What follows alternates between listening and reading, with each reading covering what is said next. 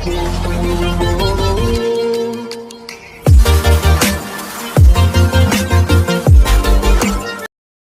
Friends, welcome back to my YouTube channel. ಈವ್ನಿಂಗಿಂದ ವ್ಲಾಗ್ನ start ಮಾಡ್ತಾಯಿದ್ದೀನಿ. ನಿನ್ನೆ ವ್ಲಾಗಲ್ಲಿ ನೋಡಿದ್ರಿ ನೀವೆಲ್ಲ, ನನ್ನ ಹಸ್ಬೆಂಡಿಗೆ ಹುಷಾರಿಲ್ಲ ಅಂತ ತುಂಬ ಜನ ವಿಶ್ ಮಾಡಿದ್ದಾರೆ. ಬೇಗ ಹುಷಾರಾಗಲಿ, ಒಳ್ಳೆ ಹಾಸ್ಪಿಟ್ಲಿಗೆ ಹೋಗಿ, ಹಂಗೆ ಹಿಂಗೆ ಅಂದ್ಕೊಂಡು ತುಂಬ ಜನ ಕಮೆಂಟ್ ಮಾಡಿದ್ದಾರೆ. Thank you. ನಿಮ್ಮೆಲ್ಲರ ಆಶೀರ್ವಾದ ಹೀಗೆ ಇರಲಿ. ಆ್ಯಂಡ್ ಇವಾಗ ಮಾರ್ನಿಂಗು ಬೆಳಗ್ಗೆ ಆಸ್ಪತ್ರೆಗೆ ಹೋಗಿದ್ವಿ, ಬಟ್ ಸಿಕ್ಕಿಲ್ಲ ನಮಗೆ ಡಾಕ್ಟರು. ಈವ್ನಿಂಗ್ ಬನ್ನಿ ಅಂತ ಹೇಳಿದ್ದಾರೆ. ಈವ್ನಿಂಗ್ ಅಪಾಯಿಂಟ್ಮೆಂಟ್ ತೊಗೊಂಡು ಬಂದಿದ್ದೀವಿ. ನರಕ್ಕೆ ಸಂಬಂಧಪಟ್ಟಂಥ ಒಂದು ಡಾಕ್ಟ್ರಿಗೆ ತೋರಿಸಿ ಅಂತ ಹೇಳಿದ್ದಾರೆ. ಅಪಾಯಿಂಟ್ಮೆಂಟ್ ತೊಗೊಂಡಿದ್ದೀವಿ 7 o'clock. ಈಗ 6:30 ಆಗಿದೆ. ಇವಾಗ ಹೊರಡಬೇಕು. ಸೊ ಇವಾಗ ಹೋಗ್ತಾಯಿದ್ದೀವಿ. ನೋಡೋಣ ಹೇಗಾಗುತ್ತೆ ಅಂತ ಗೊತ್ತಿಲ್ಲ. ಇವಾಗ ಹೋಗ್ತಾಯಿದ್ವಿ. ಹೋಗಿ ಏನು ಎತ್ತ ಅಂತ ನಿಮಗೆ ಡೀಟೇಲ್ಸ್ ತಿಳಿಸ್ತೀನಿ ಫ್ರೆಂಡ್ಸ್. ಹೀಗೆ ನೋಡ್ತಾಯಿರಿ, ವ್ಲಾಗ್ನ ಕಂಟಿನ್ಯೂ ಮಾಡ್ತೀನಿ. ಇನ್ನೂ ತುಂಬ ಜನ ಹೇಳ್ತಾ ಇದ್ದೀರಾ ಹಾಸ್ಪಿಟಲ್ ಹೋಗಿ ಅಂತ. ಈ ಹಾಸ್ಪಿಟಲ್ಗೆ ಬಂದಿರೋವಂಥದ್ದು ಫೈನಲ್ ಆಗಿ. ಇವಾಗ ಹಾಸ್ಪಿಟಲ್ಗೆ ಬಂದ್ವಿ. ನಮ್ಮ ಗ್ರಾಹಚಾರಕ್ಕೆ ಇಲ್ಲೂ ಡಾಕ್ಟರ್ ಸಿಗಲಿಲ್ಲ. ಈವ್ನಿಂಗ್ ಬರೋಕ್ಕೆ ಹೇಳಿದರು. ಈವ್ನಿಂಗು ಹೊರಟ್ವಿ ನಾವು. ಹೀಗಾಯಿತು. ಸೊ ಫ್ರೆಂಡ್ಸ್, ನಮ್ಮನೇಲಿ ಇವತ್ತು ಟೊಮೊಟೊ ಚಟ್ನಿ, ಏನು ನಮ್ಮ ಕಡೆ ಮೆಣಸಿನ್ಕಾಯಿ ಗೊಡ್ಗಾರ ಅಂತ ಕರೀತಾರೆ, ನಿಮ್ಮ ಕಡೆ ಏನು ಕರೀತಾರೋ ಗೊತ್ತಿಲ್ಲ. ಈ ಹಸಿ ಟೊಮೊಟೊ ಕಾಯಿ ಹಾಕಿ ಟೇಸ್ಟಿಗೆ ತಕ್ಕಾಗೆ ಹಸಿಮೆಣ್ಸಿನ್ಕಾಯಿ ಹಾಕಿ ಮಾಡಿ ರೊಟ್ಟಿ ಮಾಡಿದರೆ ಸಖತ್ ಕಾಂಬಿನೇಷನ್ ಅಂತಲೇ ಹೇಳ್ಬೋದು. ಅಮ್ಮ ಊರಿಂದ ತಂದಿದ್ರು. ಸೊ ಹಾಗಾಗಿ ಇವತ್ತು ಹಸಿಮೆಣ್ಸಿನ್ಕಾಯಿ ಮತ್ತು ಹಸಿ ಟೊಮೊಟೊ ಕಾಯಿ ಹಾಕಿ ಟೊಮೊಟೊ ಕಾಯಿ ಚಟ್ನಿ ಮಾಡೋಣ ಅಂಥೇಳಿ ಮಾಡ್ತಾಯಿದ್ದೀನಿ. ಫ್ರೆಶ್ ಕೊತ್ತಂಬರಿ ಸೊಪ್ಪು ಅಮ್ಮ ಕೊಟ್ಟು ಕಳಿಸಿದ್ರು. ಸೊ ಹಾಗಾಗಿ ಮಾಡೋಣ ಅಂಥೇಳಿ ಮಾಡ್ತಾಯಿದ್ದೆ. ಇವಾಗ ಮೊದಲಿಗೆ ನಾನು ಒಂದು 1/2 kg ಟೊಮೊಟೊನ ಎರಡು ಭಾಗವಾಗಿ ಕಟ್ ಮಾಡ್ಕೊಂಡಿದ್ದೀನಿ. ಸ್ವಲ್ಪ ಕೊತ್ತಂಬರಿ ಸೊಪ್ಪನ್ನ ವಾಶ್ ಮಾಡಿ ಇಟ್ಕೊಂಡಿದ್ದೀನಿ. ಎಷ್ಟು ಬೇಕು ಖಾರಕ್ಕೆ ತಕ್ಕಾಗಿ ಹಸಿಮೆಣ್ಸಿನ್ಕಾಯಿನ ತೊಗೊಂಡಿದ್ದೀನಿ. ಅಷ್ಟು ಬೇಯಿಸ್ಕೋಬೇಕು. ಕೊತ್ತಂಬರಿ ಸೊಪ್ಪು ಬಿಟ್ಟು ಟೊಮೊಟೊ ಹಸಿಮೆಣ್ಸಿನ್ಕಾಯಿನ ಬೇಯಿಸ್ಕೋಬೇಕು. ಒಂದಷ್ಟು ಬೆಳ್ಳುಳ್ಳಿನ ಬಿಡಿಸಿಟ್ಕೊಂಡಿದ್ದೀನಿ. ಜೀರಿಗೆ, ಮೆಣಸು, ಕರಿಬೇವು ಇಷ್ಟನ್ನು ತೊಗೊಂಡಿದ್ದೀನಿ. ಕರಿಬೇವು ಒಗ್ಗರಣೆಗೆ ಜೀರಿಗೆ, ಬೆಳ್ಳುಳ್ಳಿ, ಮೆಣಸು ಇಷ್ಟನ್ನು ಸ್ವಲ್ಪ ಕ್ರಷ್ ಮಾಡ್ಕೋಬೇಕು. ಮೊದಲಿಗೆ ನಾನಿಲ್ಲಿ ಒಂದು ಕುಕ್ಕರ್ಗೆ ನೀರನ್ನ ಬಿಸಿಗೆ ಇಟ್ಕೊಂಡಿದ್ದೆ. ಅದಕ್ಕೆ ಹಸಿಮೆಣ್ಸಿನ್ಕಾಯಿ ಮತ್ತು ಟೊಮೊಟೊ ಎರಡೂ ಹಾಕಿ 2 ವಿಷಲ್ ಹಾಕ್ಸ್ಕೊಳ್ಳೋಣ ಅಂಥೇಳಿ ರೆಡಿ ಮಾಡ್ಕೊತಾ ಇದ್ದೀನಿ. ಮನೇಲಿ ಒಬ್ರಿಗೆ ಹುಷಾರಿಲ್ಲ ಅಂದರೆ ಏನು ಮಾಡೋಕ್ಕೋ ಮನಸ್ಸಿರಲ್ಲ. ಸೊ ಇಂಜೆಕ್ಷನ್ನು, ಟ್ಯಾಬ್ಲೆಟು ಅದರಲ್ಲೇ ಇದ್ದಾರಲ್ವ, ಸ್ವಲ್ಪ ಖಾರವಾಗಿ ಈ ಮಳೆಗೆ ಇಷ್ಟಪಡ್ತಾರೆ ಅನ್ನೋ ಕಾರಣಕ್ಕೋಸ್ಕರ ಈ ಒಂದು ರೆಸಿಪಿನ ಮಾಡ್ತಾಯಿದ್ದೆ. ಎಲ್ಲ ವಿಷಲ್ ಹೊಡೆಸ್ಬಿಟ್ಟು ಇಟ್ಬಿಟ್ಟು ಹೋದರೆ ಬಂದು ಒಗ್ಗರಣೆ ಹಾಕ್ಕೋಬೋದು ಅನ್ನೋದಕ್ಕೋಸ್ಕರ ರೆಡಿ ಮಾಡಿ ಇಟ್ಬಿಟ್ಟು ಹೋಗ್ತಾಯಿದ್ದೆ. ಸೊ ಫೈನಲಾಗಿ ಹಸಿಮೆಣ್ಸಿನ್ಕಾಯಿ ಮತ್ತು ಟೊಮೊಟೊ ಕಾಯಿನ 2 ವಿಷಲ್ ಹಾಕಿಸ್ಕೊಂಡ್ರೆ ಚೆನ್ನಾಗಿ ಬೆಂದಿರುತ್ತೆ ಅನ್ನೋ ಕಾರಣಕ್ಕೆ ಬೇಯಿಸಿ ಇಟ್ಬಿಟ್ಟು ಹೋಗೋಣ ಅಂಥೇಳಿ ರೆಡಿ ಮಾಡ್ಕೊತಾಯಿದ್ದೆ. ಈಗ ಇದು 2 ವಿಷಲ್ ಹಾಕಿಸ್ಕೊಂಡ್ರೆ ಬೆಂದಿರುತ್ತೆ ಸಾಕು. ನೆಕ್ಸ್ಟು ನಾನು ಇನ್ನೊಂದು ಕವರ್ ತೊಗೊಂಡಿದ್ದೀನಿ. ಕುಟಾಣಿ ಎಲ್ಲಿಟ್ಟಿದ್ದೀನಿ ಅಂತಲೇ ಸಿಗಲಿಲ್ಲ ನನಗೆ. ಸಡನ್ನಾಗಿ ನಾನು ಆವಾಗಲೇ ಹೇಳಿದೆ, ಡಾಕ್ಟರು 7 o'clock ಬರ್ತೀವಿ ಅಂತ ಹೇಳಿದರು. ಅಷ್ಟರೊಳಗೆ ಎಲ್ಲ ರೆಡಿ ಮಾಡಿ ಇಟ್ಬಿಟ್ಟು ಹೋಗೋಣ, ಎಷ್ಟೊತ್ತಿಗೆ ಬರ್ತೀವೋ ಏನೋ ಅಂತೇಳಿ ರೆಡಿ ಮಾಡ್ಕೊತಾ ಇದ್ದೆ. ಮೆಣಸು ಮತ್ತು ಜೀರಿಗೆ ಎರಡನ್ನೂ ಚೆನ್ನಾಗಿ ಜಜ್ಜಿ ಇಟ್ಕೊತಾ ಇದ್ದೀನಿ. ಕ್ರಷ್ ಮಾಡ್ಕೊತೀನಿ ಅರ್ಧ.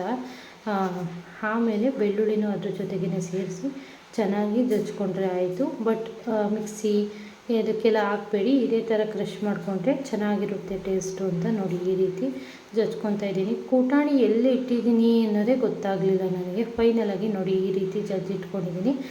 ಇದಕ್ಕೆ ಸ್ವಲ್ಪ ಬೆಳ್ಳುಳ್ಳಿನ ಆ್ಯಡ್ ಮಾಡಿಕೊಂಡು ಹಾಗೆ ಜಸ್ಟ್ ಅದು ಕ್ರಷ್ ಆಗಬೇಕು ಬೆಳ್ಳುಳ್ಳಿ ಅಷ್ಟೇ, ತುಂಬ ಸಣ್ಣಗೆ ಬೇಡ. ಇಷ್ಟನ್ನು ಜಜ್ಕೊಂಡ್ರೆ ಸಾಕು, ರೆಡಿಯಾಗುತ್ತೆ.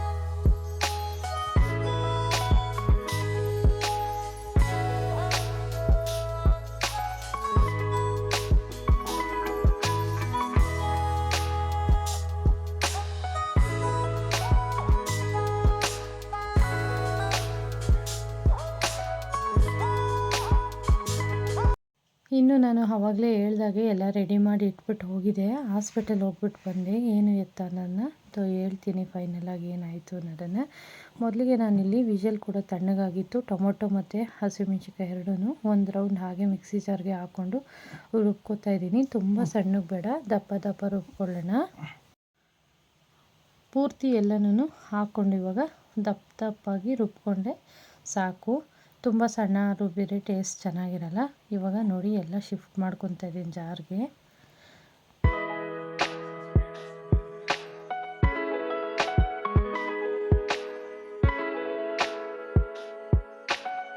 ಫೈನಲಾಗಿ ಅದಕ್ಕೆ ರುಬ್ಕೊಂಡಿದ್ದೀನಿ ನೋಡಿ, ದಪ್ಪ ದಪ್ಪಾಗಿ ಸಾಕು. ಇಷ್ಟು ರುಬ್ಕೊಂಡ್ರೆ ನಾನು ಇನ್ನೊಂದು ಕಡೆ ಒಂದು ಬಾಣಲಿಗೆ ಆಯಿಲ್ನ ಬಿಸಿಗೆ ಇಟ್ಕೊಂಡಿದ್ದೀನಿ.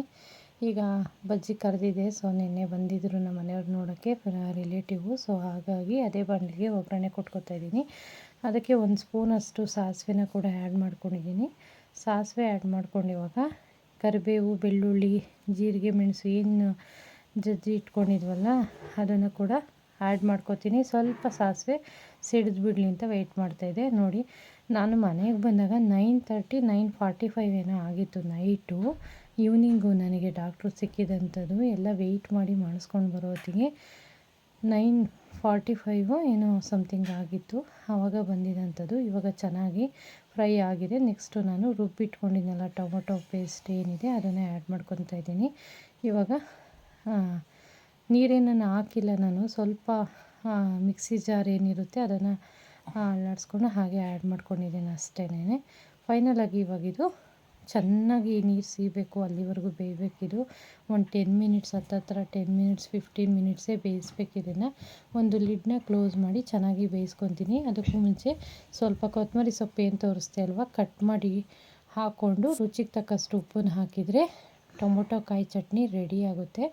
ಇವಾಗ ಲಿಡ್ನ ಕ್ಲೋಸ್ ಮಾಡಿ ಲೋ ಫ್ಲೇಮ್ ಆದರೂ ಸರಿ, ಹೈ ಫ್ಲೇಮ್ ಆದರೂ ಸರಿ, ಮಧ್ಯ ಕೈ ಆಡಿಸ್ಕೊಂಡು ಗಟ್ಟಿಯಾಗೋವರೆಗೂ ಚೆನ್ನಾಗಿ ಫ್ರೈ ಮಾಡಿಕೊಂಡ್ರೆ ಸರಿ ಹೋಗುತ್ತೆ.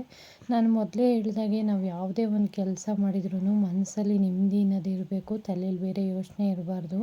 ಇವತ್ತು ವೀಡಿಯೋ ಮಾಡೋಕ್ಕೆ ನನ್ನ ಮನಸ್ಸಿಲ್ಲ, ಬಟ್ ವೀಡಿಯೋಸ್ ಇರಲಿಲ್ಲ, ಹಾಗಾಗಿ ಹಾಕ್ತಾಯಿದ್ದೀನಿ. ಏನು ಅಷ್ಟೊಂದು ಇದು ಅನ್ನೋ ಥರ ಬೇಡ. ನನ್ನ ಪರ್ಸ್ನಲಾಗಿ ನನ್ನ ಫ್ಯಾಮಿಲಿ ಏನೇ ಆದ್ರೂ ಶೇರ್ ಮಾಡ್ಕೊತೀನಿ ಅಂತಲೇ ಯೂಟ್ಯೂಬ್ನ ಓಪನ್ ಮಾಡಿರೋವಂಥದ್ದು. ಸೊ ಹಾಗಾಗಿ ಶೇರ್ ಮಾಡ್ಕೊತಾ ಇದ್ದೀನಿ. ಇವಾಗ ಇದಕ್ಕೆ ಕಾಂಬಿನೇಷನಾಗಿ ರೊಟ್ಟಿ ಕೂಡ ಮಾಡ್ತಾಯಿದ್ದೀನಿ. ಇವಾಗ ಟೊಮೊಟೊ ಕಾಯಿ ಚಟ್ನಿ ಕೂಡ ರೆಡಿ ಆಯಿತು, ಗೊಜ್ಜು ರೆಡಿ ಆಯಿತು.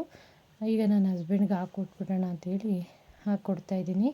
ಅಮ್ಮ ಊರಿಂದ ಬೆಣ್ಣೆ ತಂದಿದ್ದರು, ಬೆಣ್ಣೆ ಹಾಕಿ ರೊಟ್ಟಿ ಮತ್ತು ಟೊಮೊಟೊ ಕಾಯಿ ಚಟ್ನಿನ ಸರ್ವ್ ಮಾಡಿದಂಥದ್ದು. ಟೇಸ್ಟ್ ಸಖತ್ತಾಗಿತ್ತು. ಇನ್ನೂ ಸ್ವಲ್ಪ ಗಟ್ಟಿ ಆಗಬೇಕಿತ್ತು, ಬಟ್ ನನ್ನ ಚಿಕ್ಕ ಮಗ ವೀಡಿಯೋ ಮಾಡ್ತಿದ್ದಾನೆ, ಯಾವ್ಯಾವ ರೇಂಜಲ್ಲಿ ವೀಡಿಯೋ ಮಾಡಿದ್ದಾನೆ ಅಂತ ನೋಡಿ ನೀವೇ. ಫೈನಲಾಗಿ ಇಷ್ಟ ಆಯಿತು ಫ್ರೆಂಡ್ಸ್. ಮುಂದೆ ನೋಡಿ ಏನು ಎತ್ತ ಅನ್ನೋದನ್ನ ಹೇಳ್ತೀನಿ. ಬಟ್ ಒನ್ ಟೈಮ್ ಈ ಟೊಮೊಟೊ ಕಾಯಿ ಇದ್ದರೆ ಟ್ರೈ ಮಾಡಿ ನೋಡಿ, ಸೂಪರ್ ಟೇಸ್ಟಿ ಅಂತಲೇ ಹೇಳ್ಬೋದು. ಹೀಗೆ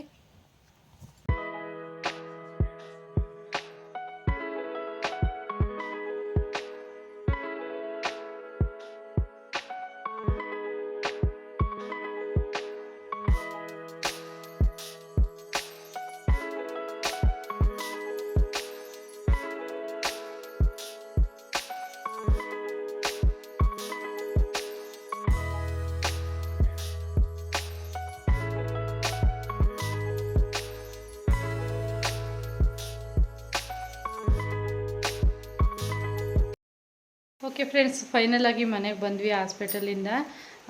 ಒಳ್ಳೆ ರೀತಿ ಓಪನ್ ಮಾಡಿ ಕಳಿಸಿದ್ರು, ಖುಷಿ ಆಯಿತು. ತೋರಿಸ್ತೀನಿ ಅವ್ರನ್ನೂ ಕೂಡ.